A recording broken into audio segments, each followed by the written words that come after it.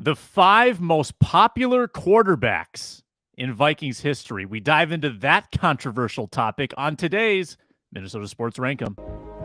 This is Minnesota Sports Rankum, part of Locked On Sports Minnesota, and it starts now.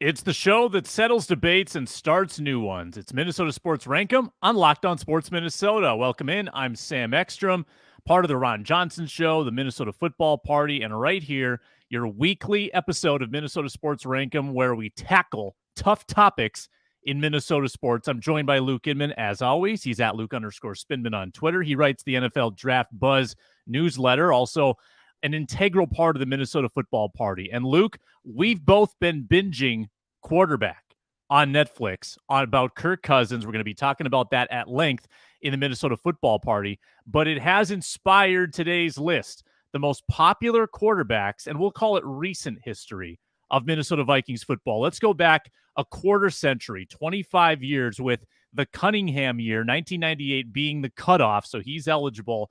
That period of time, the five most popular Vikings quarterbacks. And the big question is, Luke, does Kirk Cousins make the list? We will both reveal that in the next few moments. Today's episode is brought to you by FanDuel Sportsbook, official sportsbook partner of Locked On. Make every moment more. Go to FanDuel.com/Locked On to get started. Luke, same question as always. How challenging was this list for you to assemble? This was pretty tough. There were some interesting names. Once you pull up the archives and go back 25 years, this was a little bit trickier than I thought. You think about the last 25 years in Vikings history, you think, okay, there's been some pretty bad seasons, some bad eras, some bad coaching staffs, and in turn, some bad quarterbacks as well. But this was a little bit tricky. And once I got that five put together, putting them in the right order was just as difficult. So I'm excited to compare and contrast our list as always, because as mentioned, there has been some interesting names, to say the least, under center for the Vikings these last 25 years. That's for sure. And we all know there haven't been a lot of entrenched starters over the years. And a lot of times the fans end up hating those guys. They like the one-year wonders. So it's kind of a balancing act with these one-year guys versus the established franchise, quote unquote, quarterbacks that come in here. So Luke, you always get the honor. Give me your number five. Number five on my list. Did you mention one-year wonder, Sam? I'm going all the way back to the beginning, 25 years ago. That, of course, would be 1998. Brad Johnson starts the season as the starter, but it was Randall Cunningham in the end who ended up starting 14 games. He steals the show. Obviously, he was a huge catalyst to that 15-1 season, that record-breaking offense the Vikings had. He just fit so well with the types of weapons Denny Green had brought in and the offense he built. It was such a great marriage. And when you think about that 98 season, Cunningham is one of the first guys you think about. He had the big arm to throw some bombs deep downfield to Moss. But he also, at that point, Sam, he was a 12-year vet. So he understood the game enough to know when to protect the ball and when to give his teammates opportunities to go make plays. He did such a great job, even with Randy Moss on the team, spreading the ball around with such a balanced passing attack, keeping defenses guessing with guys like Chris Carter and, of course, Jake Reed. Such a magical, fun season for fans. So he's got to be on my list. To have your starter go down in week 2 like that, normally 99 out of 100 times, that derails a season for a team. But Randall Cunningham not only came in, found a way to win games, but he ends up creating one of the best seasons in Vikings history, and still to this day, the best offensive season this team, this Vikings franchise, has ever had. So Randall Cunningham, number 5 on my list. Yeah, look at his yards per completion that year. Like, if you look at his years as a starter, you know, that number hovers around 11, 12, 11, 11, 11, 11. It's always 11. And then that one blip on the radar, 14. Boom. Like, so many deep balls. That average just got way up there. Passer rating, best in the league, 106 that year. He set so many career highs that season. More on Cunningham for me in a little bit. I like to have a little fun sometimes with my number 5. I'm just going off pure vibes here, Luke. And yes, I'm excluding someone like Jeff George by including this person on my list, but this is a fun show. Joe Webb. Joe Webb I love is it. my number 5. And for what? 1 or 2 games, really, that he stamped his legacy as a Vikings quarterback, and it meant nothing. It cost them like draft position. It cost them RG3 or Andrew Luck. Philadelphia game, Tuesday night, the Metrodome collapse. Unbelievable. The Blazer package. Joe Webb brought it all. I love this. Yeah, Webb goes to Philly on a Tuesday night, and this was his first start, right? This was 2010. He was a rookie. Goes 17 of 26 in Philly on a Tuesday, 195 touchdown, no turnovers, 6 carries, 31 yards, and a rushing touchdown. Vikings knock off the Eagles in a lost, dismal season for arguably the brightest moment of the year, with Joe Webb at the helm. And you know what, Luke? I know you once did a video retrospective on this game that people forget because this was another lost season, 2011. Joe Webb replaces a pitiful Christian Ponder. I think Ponder had thrown a couple picks in this game, and the Vikings trailed 21-0 in Detroit. And this is when Detroit was good, too. Webb comes in, rushes for over 100 yards, puts together 193 total yards, no turnovers, 2 touchdowns at Detroit, and rallies the Vikings back from 21-0 down, gets to the 1-yard line on the game's final play. And Luke, you know what happens next. Gets face masked on the final play of the game. Oh. No call. No call. No call. What's going on? I think he fumbled the ball in the play, right? But he did. He had his face mask ripped off. But that was another great Webb game. Obviously, we're not going to talk about the cameo he made in the 2012 playoffs. That, of course, will get buried here. But Joe Webb, a lot of fun. We had the mobile quarterback, man, that we always have craved. We had him in Joe Webb. I love that you went with Joe Webb, number 5. Sneaky pick there. A lot of kind of a cult classic, right? Like if you studied him coming out, you knew, and then you saw flashes of him. You mentioned the Detroit game and, of course, the Philly game as well. Even had a Blazer package for him they made just to get him in because he was so athletic enough that when he left Minnesota, he went to Carolina. They ended up moving him to wide receiver, and then he hung around a few years there as well. Love that shout out, Joe Webb. Great pick for number 5. Number 4 on my list. So 2014, Sam, you remember the first year I started covering the draft professionally. And man, I got so into that draft class. I was down at the Senior Bowl. I watched Derek Carr and Jimmy Garoppolo up close and personal. But I also watched a ton of film on Teddy Bridgewater. And there was a lot to like as far as the intangibles, the leadership qualities, this cool, calm demeanor. The guy couldn't be rattled no matter what you threw at him. There was just something about him that was just infectious. And players bought into it. His teammates loved it. Coaches loved it. The fans were all in on him. Then you fast forward to the draft to see Spielman draft Anthony Barr in the top 10 for Mike Zimmer, and then trade back up with the last pick in round 1. You knew it was either going to be Derek Carr or Teddy Bridgewater. To be honest, I was going to be ecstatic either way. But Sam, just the hype and excitement anytime you draft a first-round quarterback is so fun. It's so energizing for a fan base. And that's what Teddy Bridgewater brought to Minnesota. And after all those bad seasons, too, under Leslie Frazier, all of a sudden, you get this new quarterback and head coach combo. It gave fans so much hope for the future. His rookie year alone, people forget this, the guy had 3 fourth-quarter comeback and game-winning drives. And even one in the preseason, I'll never forget. You and I were sitting right next to each other with Arif Hassan versus the Raiders at TCF Stadium, the Gopher Stadium. And just from that point on, everyone just believed he could be the guy who could get it done, who could bring the Vikings to the promised land. And this is how you know he was popular and a fan favorite. Even when he left Minnesota and he started hopping around team to team, became that veteran journeyman, Vikings fans still rooted for him. They were excited for him. They just always wished him the best, and they still do to this day, I think. So the first-round buzz, the hype of a quarterback, what that does for your fan base, I don't think that can be overstated.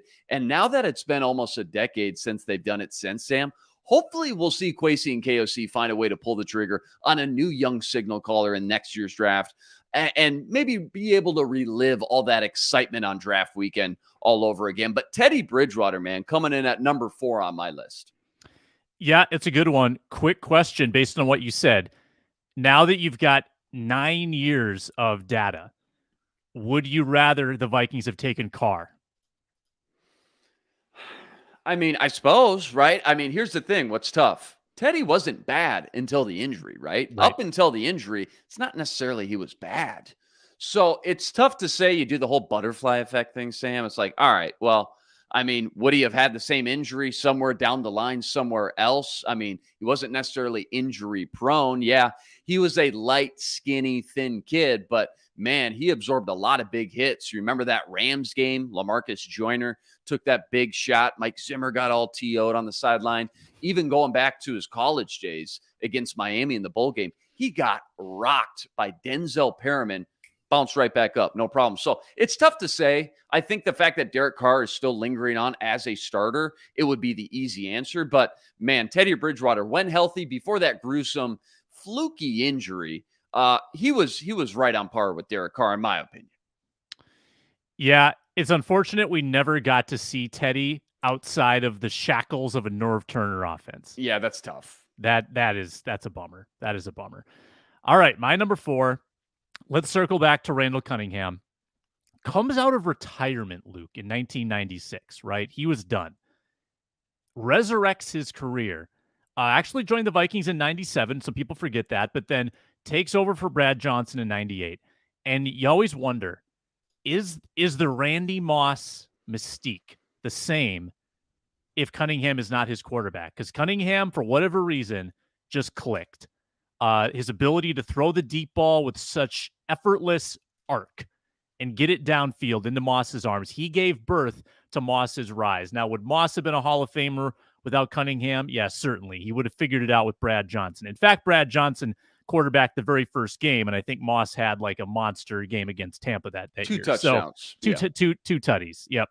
But Cunningham, in just 14 games started, 34 TDs, only 10 picks. Could have flirted with 40 touchdowns if he'd had the full season, and of course gets them to the NFC Championship game, where I don't think anyone has ever once blamed Cunningham for that game. I mean, he really did his part. He did fumble inside the 10 in that game, which kind of led to the Falcons having life going into halftime. But Cunningham could almost do no wrong that year. And I know that he was overshadowed by some of the bigger names, the Carters, Robert Smiths, John Randalls, Randy Moss, but huge part of that team. And even though did flame out in 1999, he's always going to be attached to the most memorable team in Vikings history. That's my number 4. Yeah, people forget he got some MVP votes that year too, Sam. Some Offensive Player of the Year votes. He was voted All-Pro team as well. But you talk about just watching him hook up with Moss, those square old school shoulder pads that he would rock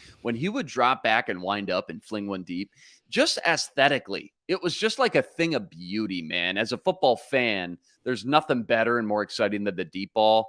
Cunningham to Moss, man, chef's kiss. It was art. Mm-hmm. Yeah, it was magical. And I think that we'll probably find this as the list goes on.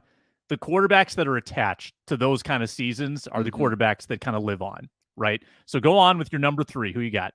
Yeah, this one, I don't know. I'm interested to see what kind of feedback I get on this one. This one may seem a little high, but I just really think, just given the stats he's put up, the amount of games he's won here, I think even though fans are totally split on him right now and just where we're at in the midst of this tenure as we speak, I think once he moves on, whenever that may be, when we look back on the Kirk Cousins era, I think we're going to say, man, we were pretty grateful to have such an efficient, capable quarterback running the show for as many years as he did. I know he's got limitations and he's not considered an elite guy, which is fair, but there's something to be said, Sam, about having a quarterback who is still ranked near the top 10 every single year and always having a guy who never gets hurt, who shows up every week, knock on wood, of course. But think about just the past guys that we're talking about right now, whether it was Teddy Bridgewater or Brad Johnson in 98, Daunte Culpepper, whoever. Vikings quarterbacks have been cursed with this injury bug. So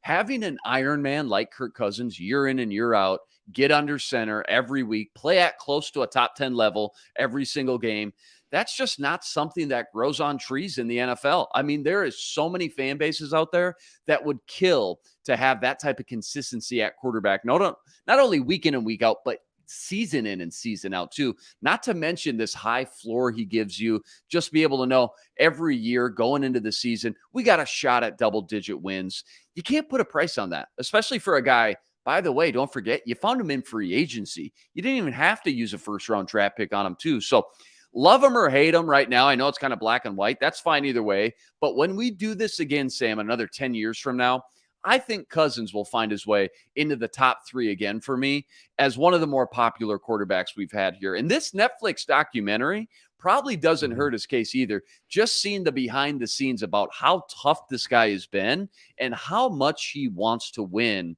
outside of just Sundays, all the effort and energy he puts into the game. Yeah, that's a great tease for the Minnesota football party, where we're going to talk about the doc and we're going to talk, I think, about Cousins' current approval rating in the market and his popularity.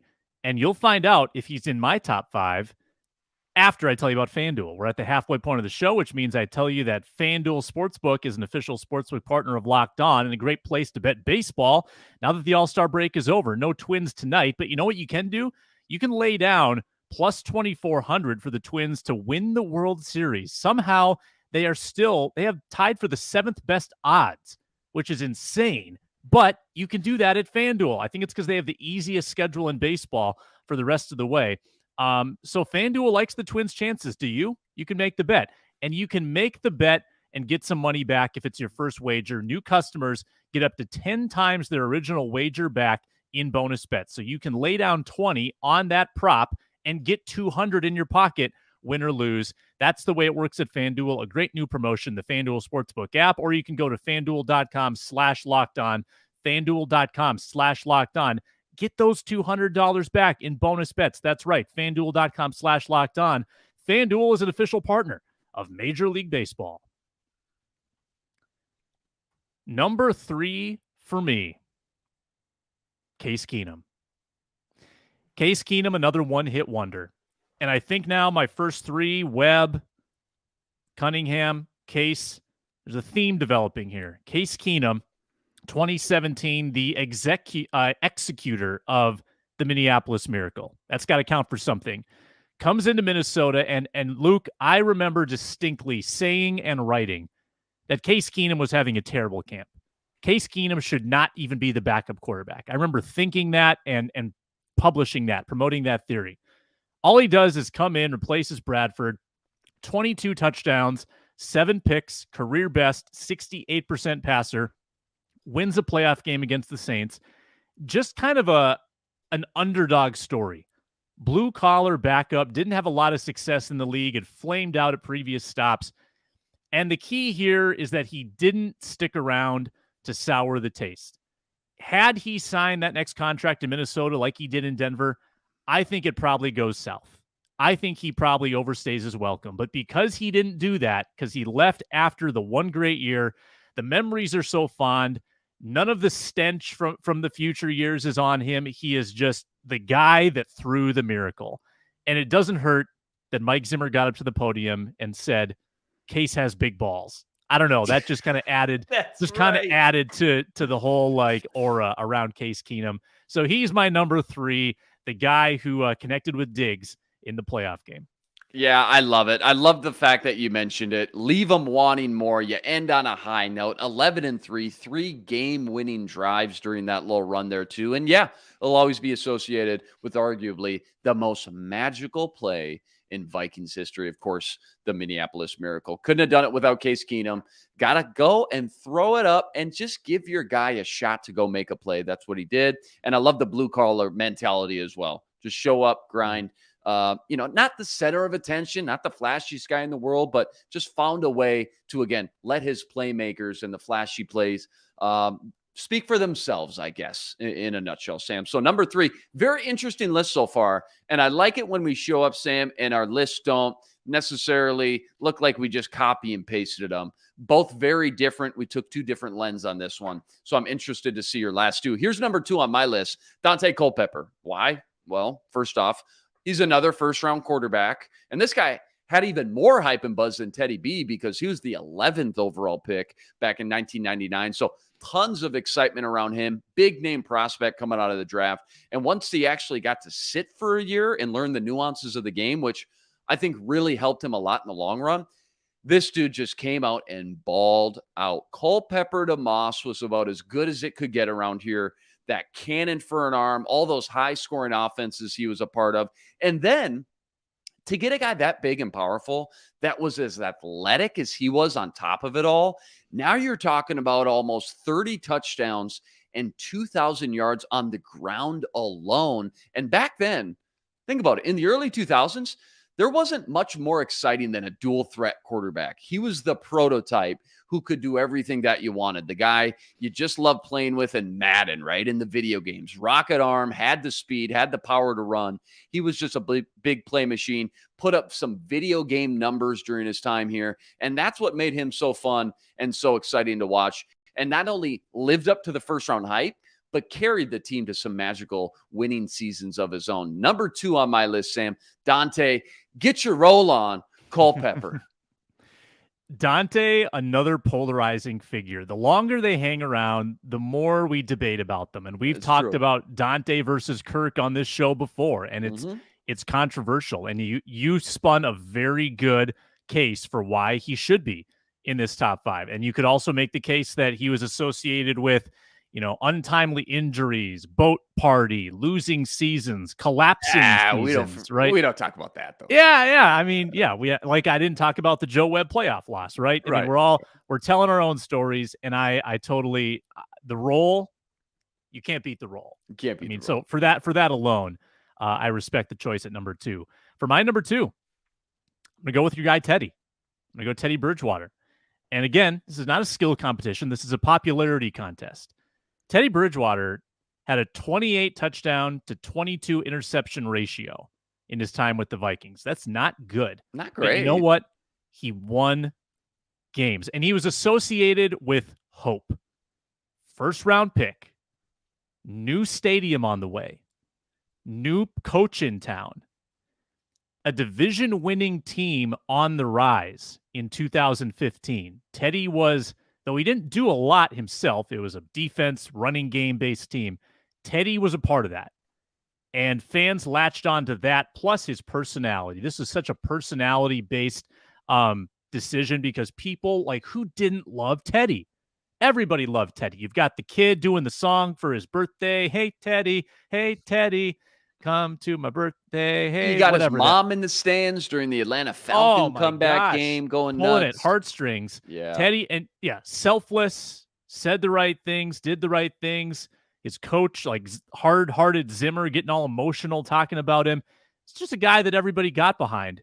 So he's got to be my number 2 because, again, it's a popularity contest, and Teddy was super popular. And, again, he remains popular because he got hurt so early in his career, and people will always say, what if? What if that hadn't happened? We'll never know. It looked like he was destined for greatness in that preseason. We'll never know how it would have gone with Teddy, and that's why he is still a favorite here in Minnesota. His 3rd season, too. It's supposed to be the big breakout year. He's coming off that 11-5 season. They just won the division. And how about this? Do you remember this, Sam? Just real quick. Mm-hmm. He misses all 2016. Now in 2017, it's Sam Bradford's show and then Case Keenum. But do you remember the Bengals blowout at home at the bank when Teddy came back in and they let him kneel the ball those final 2 plays, those final 2 snaps? The crowd, the emotion in US Bank Stadium. Maybe you were there. Maybe you were covering the game as a media member. Unbelievable. Maybe you can describe it a little bit better, but I'll never forget that. And that just spoke volumes again, how passionate this fan base has always been towards Teddy Bridgewater. They love him. Yeah, that was an incredible roar. For him to take the field again like that after what he endured was phenomenal. And that was just another memorable moment along that 2017 ride, one of the best seasons in recent memory. You're number one, Luke Inman. Just a likable guy, Teddy B. All right, yeah. Yep. My number one, Sam, there will never be more preseason hype for a Viking season ever than what we got in 2009. Think about it, man. I mean, the man who's our biggest rival for 15 plus years, he jumps ship, he goes to the Jets, and all year, all you hear about these rumblings and rumors about, man, I think there's a chance he might want to actually come play in purple just to tick off the Packers the way they ended that relationship, that messy divorce like they did. They draft Aaron Rodgers, they kick him out. Then there's this huge circus that follows. You got players, the captains, Ryan Longwell, Steve Hutch, flying down to Hattiesburg, Mississippi, ESPN cameras and helicopters outside his house. They get him to seal the deal. The rest is history. 13-3 run, another one of the more magical seasons in franchise history. So many big names and characters too. AP, Percy Harvin putting up Rookie of the Year numbers, a great offensive line up front, Brad Childress pulling the strings behind the curtain, and Brett Favre, he was the center of it all. First ballot Hall of Famer that, Vikings fans were lucky enough to get a taste of before he hung it up. And I know 2010 was a dumpster fire, but you would take that every time if it meant an NFC Championship run and all the magical plays and highlights and comebacks that came along with it the year prior. I mean, truly something out of a storybook or Hollywood script, man. Like, you can't write this any better if you tried, besides not winning it all, that is, of course. But we don't talk about that either. But you want to talk about popular, Sam, Brett Favre in purple, the jerseys he sold, the ratings on primetime television, the games versus the Packers, the late game heroics versus the 49ers. There will never be anything quite like that again in Vikings history. So, yeah, he's number one on my list with a bullet. Brett Favre, most popular quarterback of the last 25 years. That is the correct answer. Brett Favre is number one. And for the record here, I have omitted Daunte and Kirk for my top five. You can sling your arrows at me. I don't think Kirk is popular enough right now. Maybe the documentary changes this to be on my list. I don't think Daunte was maybe popular enough in his time to be on the list. I think we appreciate him a little more in retrospect. I'm going with Favre, number one. And you know what? Speaking of the doc, Luke, Kirk Cousins said something so perfect in the doc that applies to Brett Favre. And we know Favre's done some bad stuff. The Jen Sturger, the infidelity, the frauding Mississippians out of money, the politics and everything, it's not great. Kirk Cousins said, there are some real jerks that win and people love them because they win. He said this in the doc, right?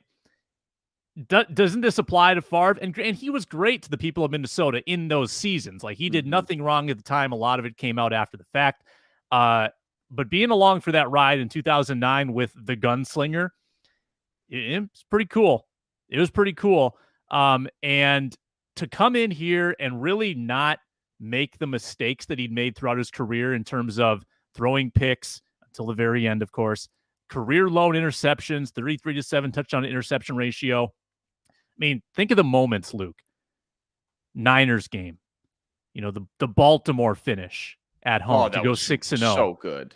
Yeah. Baltimore, underrated game. Yeah. By the way, the late game heroics, the Cowboys playoff game, throwing on fourth down up by 24 points at the end. You love to see it. To rub it in. Yeah. Why not us? It's always against us, it feels like, right? Poor us, right? Vikings fans. Why not us? Let's throw it on fourth down when we're up 24. Why not? Yeah. Yeah. He really brought fans along for the ride, and he owned it. I mean, he came in and he was not he was instantly Brett Favre. Didn't need any warm-up period. He was just that guy, and people gravitated to him and around him. And that was a sight to behold. That'll always go down in Vikings history. So I think that he's got the number one spot pretty clearly. If you wanted to, vote on his popularity now, just in the world, it's probably not very high. But trying to capture the zeitgeist of 2009, it's got to be Brett Favre. So do with that list what you will. I don't have Kirk. I don't have Daunte. I think Luke left off an obvious pick in Joe Webb. So that's the beauty of the show. Honorable mention, Sam. Honorable mention. Yeah. Joe Webb, for sure. We're going to go talk plenty more about Kirk Cousins on the Minnesota Football Party, so go check that out as well. But we're done here on Minnesota Sports Rankum, the show that settles debates and starts new ones. Again, find us on YouTube, Locked On Sports Minnesota. Subscribe there. Free and available wherever you get your podcasts, SiriusXM, Roku, Amazon Fire, all those devices, all those apps. Thanks so much for watching and listening. For Luke, I'm Sam. See you later.